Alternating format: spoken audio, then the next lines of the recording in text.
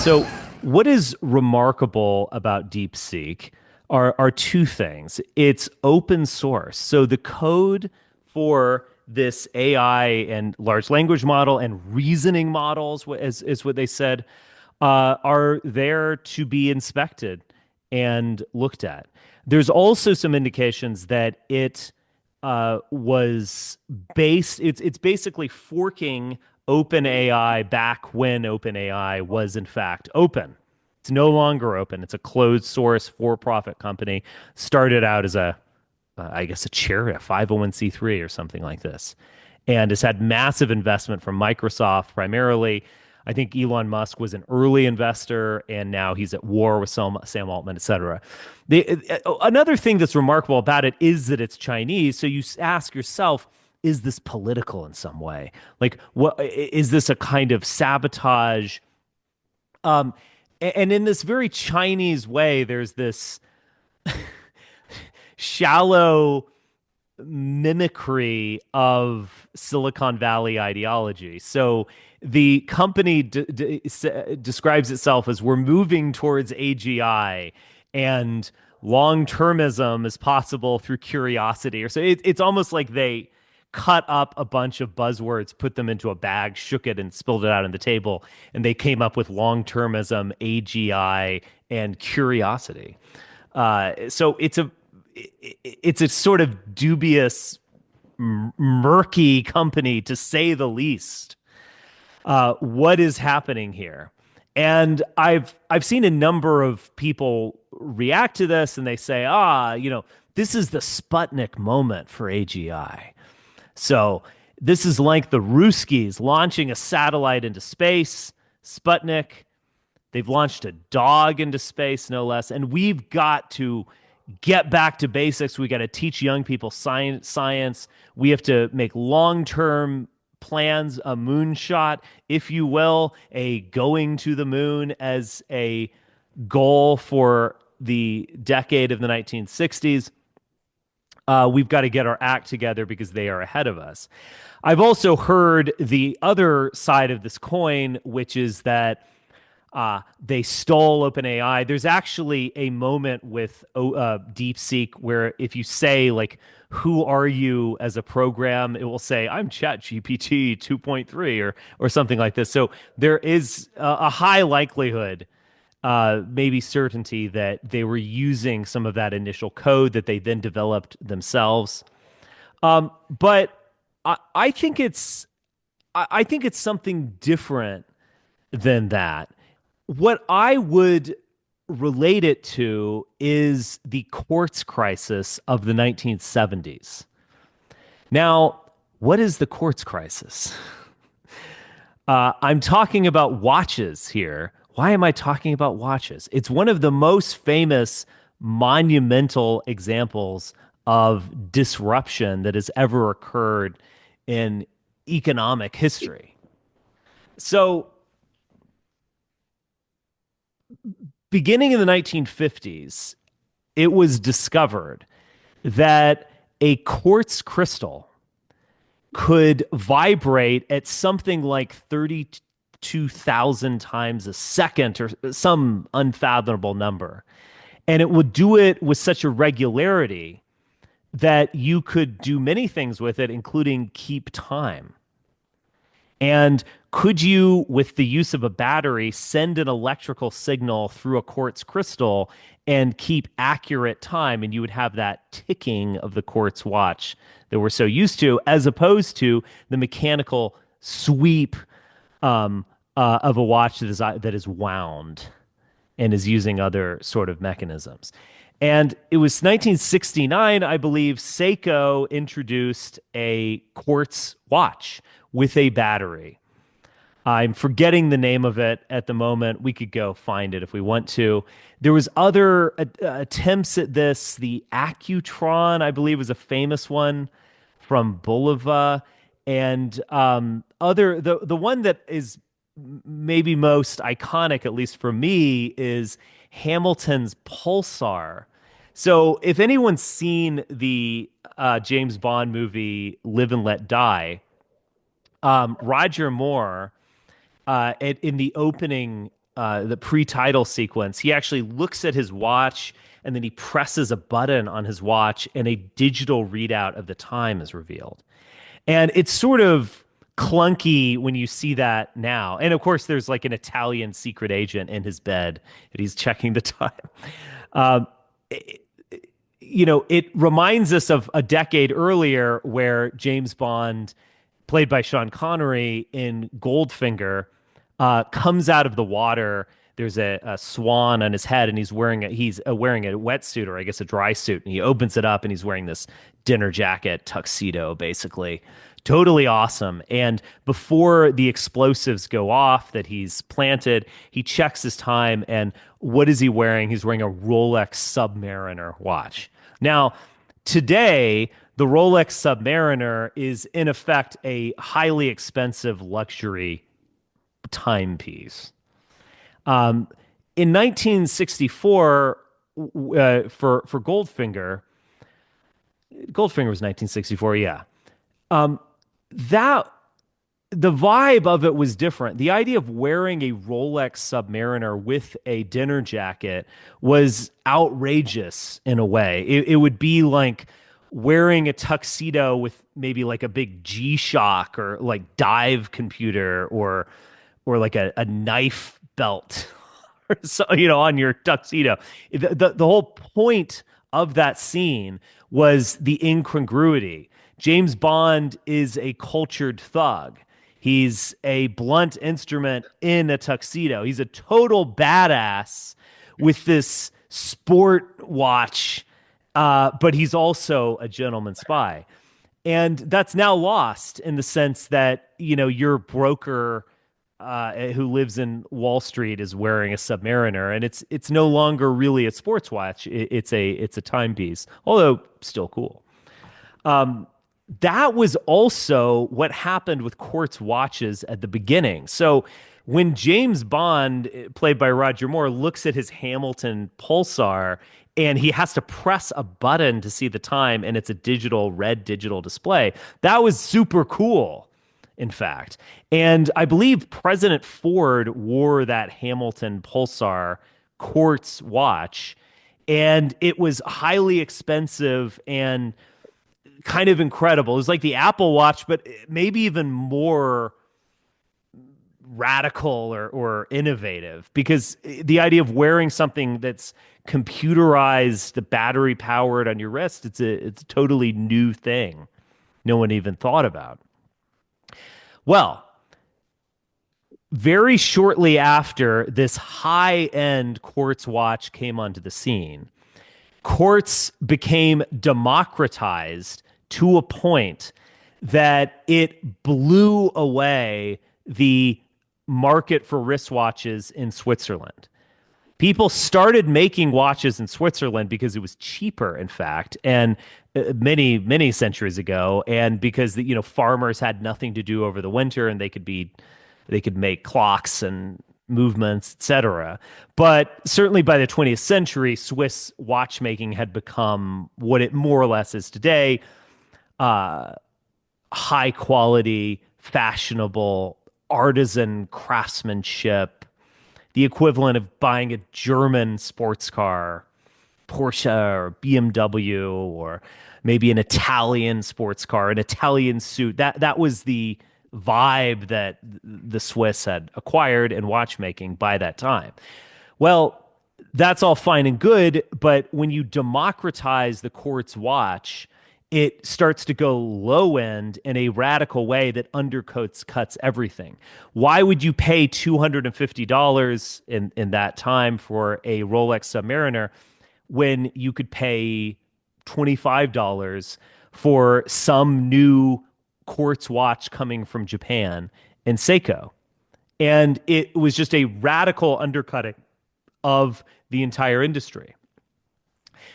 I've read, because I was reading up on this last night, that there were actually 1,600 Swiss watch companies in 1969. And by 1989, 1,000 of them had gone bankrupt, disappeared, and were no more.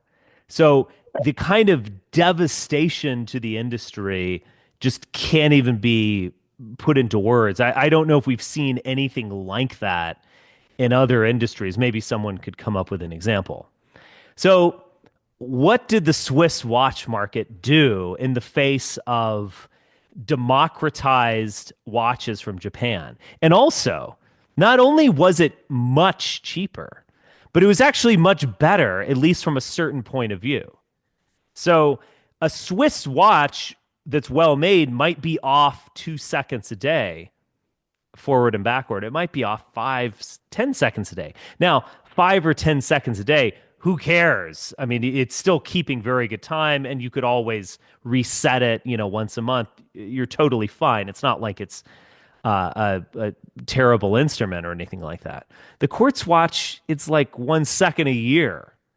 The watch that you buy in Walmart for $9.99 is far more accurate than the watch that some rich guy, the Patek Philippe that a rich guy buys for $100,000.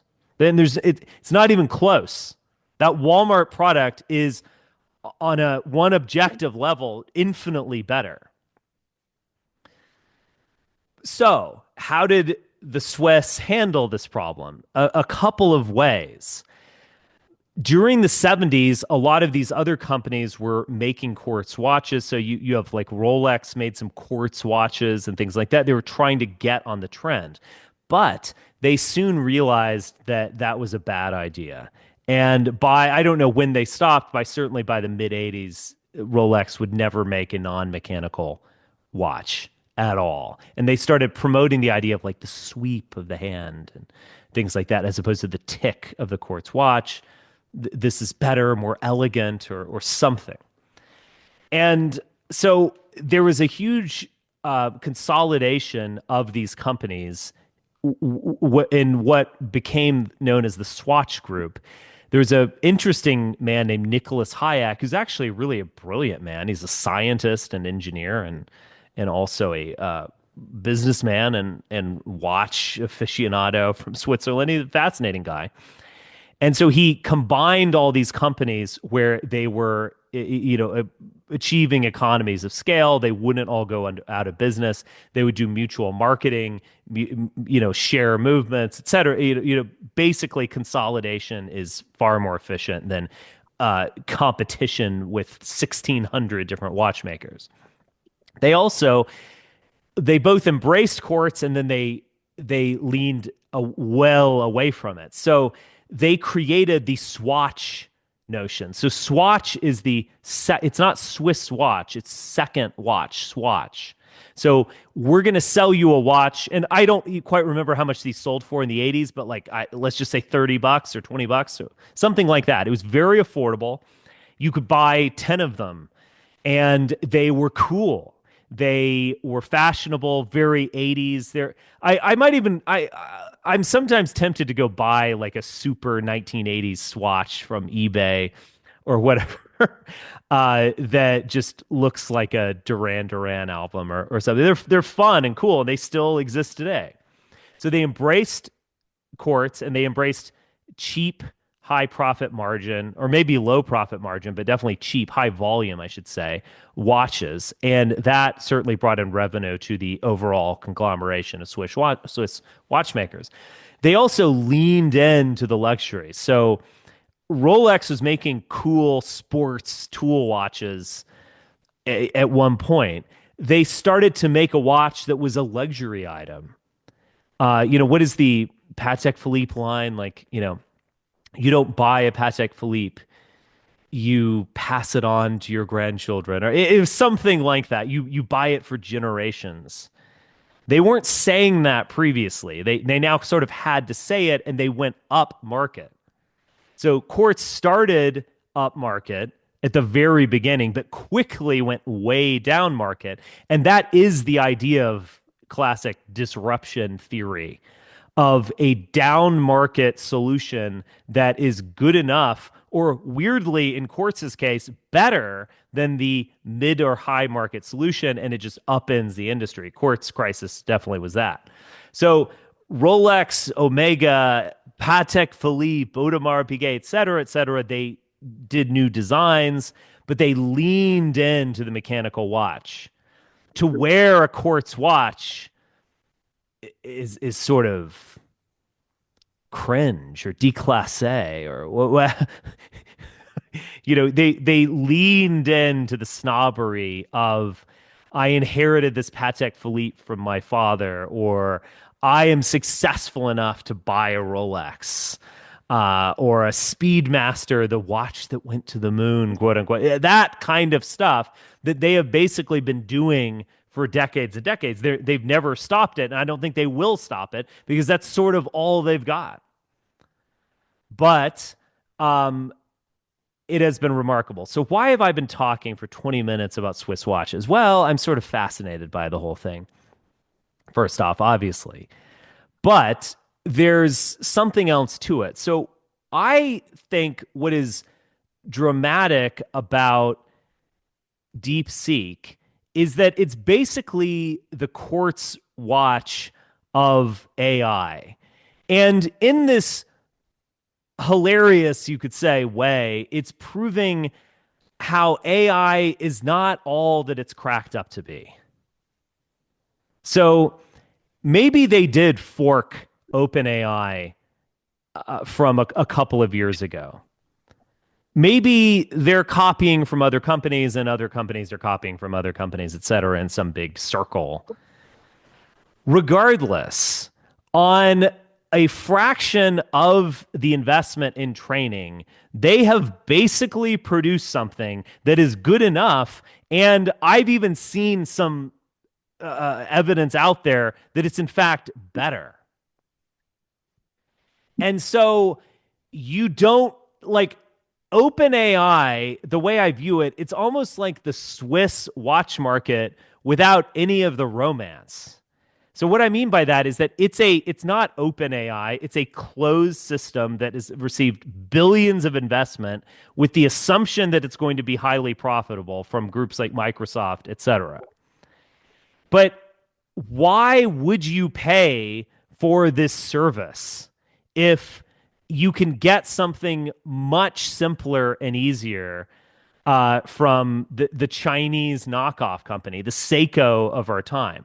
There's the Swiss market, watch market was able to survive because they leaned into the romance. There's no romance to Sam Altman.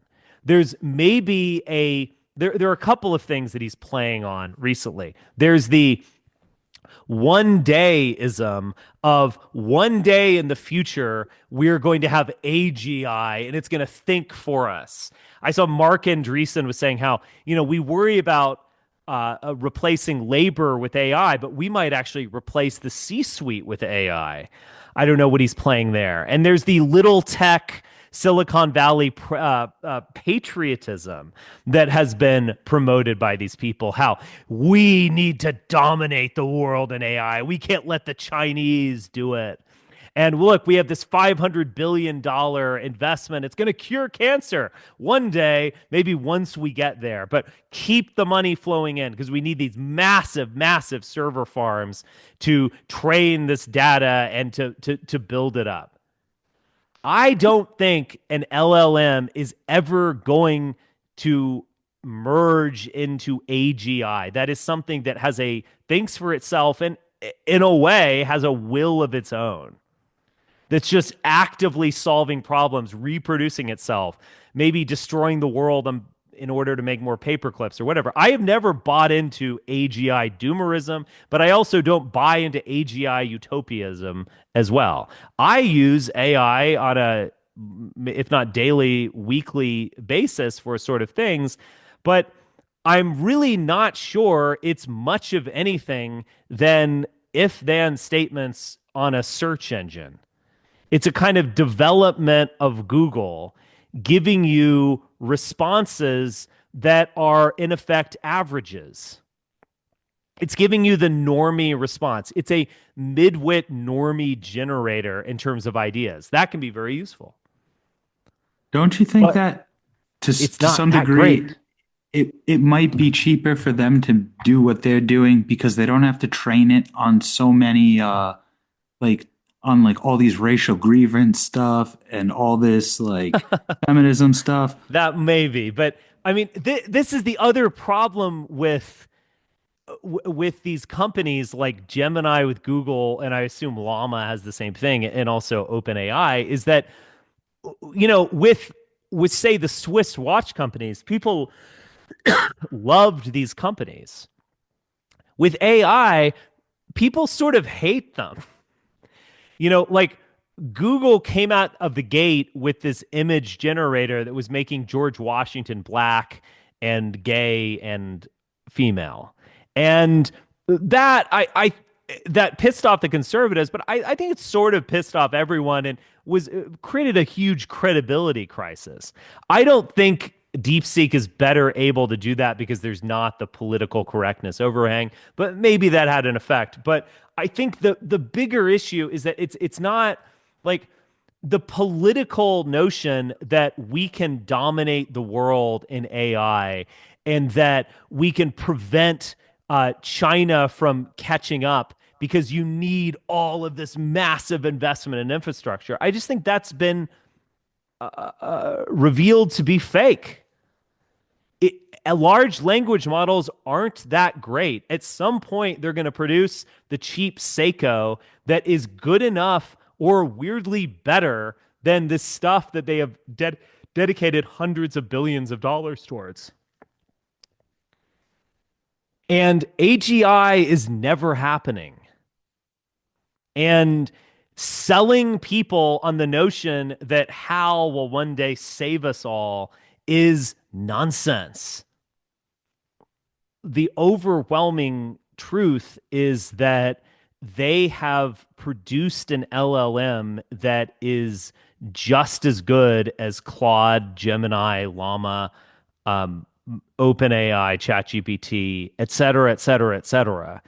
And that this notion that they're years behind or we could prevent them from catching up or that there's something altogether special about these LLMs, I think has just been debunked. Um, it's also of interest is the degree to which little tech, David Sachs, who's the AI and crypto czar, and Andreessen and all these people, they